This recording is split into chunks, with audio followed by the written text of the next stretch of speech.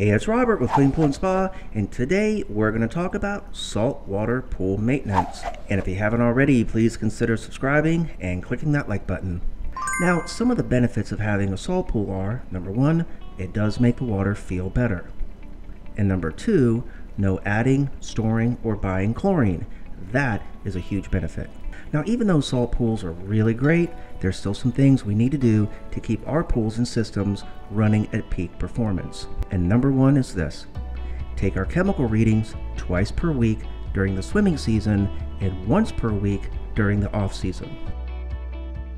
If you close your pools, well, you don't have to worry about that. Free chlorine and pH should be tested weekly using test strips or a good test kit. I always use and recommend the Taylor K2006 kit. Chlorine is 2 to 4 parts per million and pH is 7.2 to 7.8. Chlorine can be controlled on your main control box or on the cell. This is labeled desired chlorine percentage. Now, most people will find with a medium use pool, the percentage can be dialed to around 40 to 50%, although yours might vary depending upon usage. pH can be lowered using muriatic or dry acid. Now, salt pools' pH will naturally rise, so using a pH increaser might not be needed. Number two, test monthly.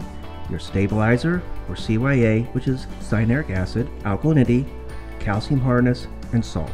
You can use salt test strips or take a sample of water to your pool store for analysis. In the case of this saltwater control board, it will show you the salt level, but it's always a good practice to take the salt level manually and take a sample to your pool store if you have one available. This can give you a good baseline and let you know if all three tests confirm each other.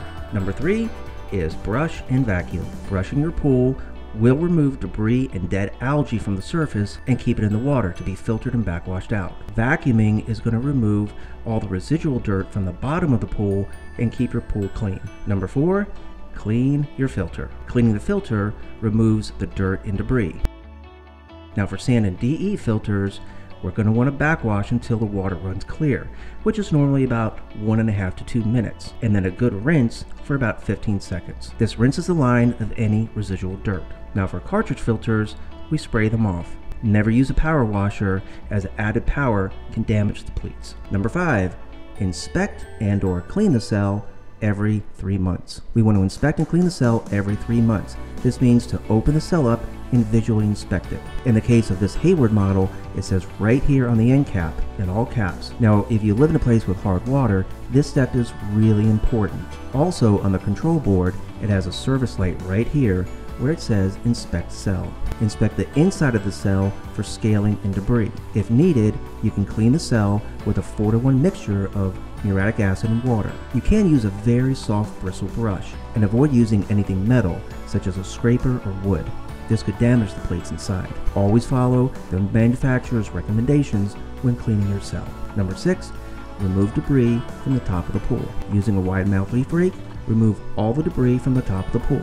A wide mouth leaf rake makes this a lot easier, and you'll be able to get more debris up in a shorter amount of time.